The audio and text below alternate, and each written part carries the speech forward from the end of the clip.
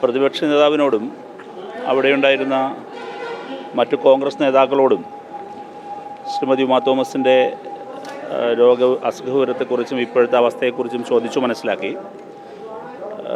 കോൺഗ്രസിൻ്റെ നേതാക്കളെല്ലാവരും അവിടെയുണ്ട്. അവരെല്ലാം വളരെ ഡോക്ടർമാരുമായി സംസാരിച്ച് വളരെ കൃത്യമായ അപ്ഡേഷൻ അവർക്ക് ലഭിക്കുന്നുണ്ട്. അപ്പോൾ നമുക്ക് ശുഭകരമായ വാർത്ത തന്നെ വൈകാതെ ലഭിക്കും.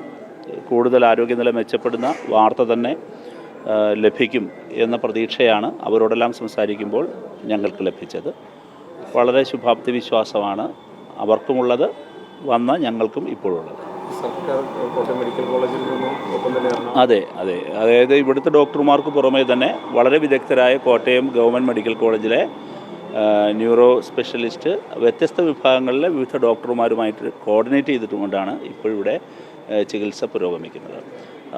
കോട്ടയം മെഡിക്കൽ കോളേജ് മാത്രമല്ല, മറ്റു ചില ഡോക്ടർമാരെയും കൺവീനിയൻ്റായ ചില ഡോക്ടർമാരുടെ സേവനവും ഇപ്പോൾ തേടിയിട്ടുണ്ട്. അങ്ങനെ വളരെ കൂട്ടായൊരു പ്രവർത്തനമാണ് ഇപ്പോൾ നടന്നു വരുന്നത്.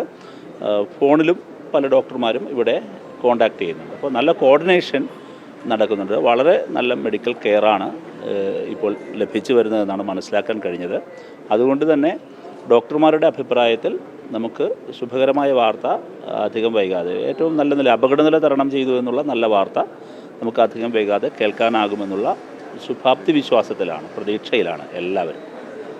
പെട്ടെന്ന് സുഖം പ്രാപിക്കട്ടെ എന്ന് ആത്മാർത്ഥമായി ആഗ്രഹിക്കുന്നു.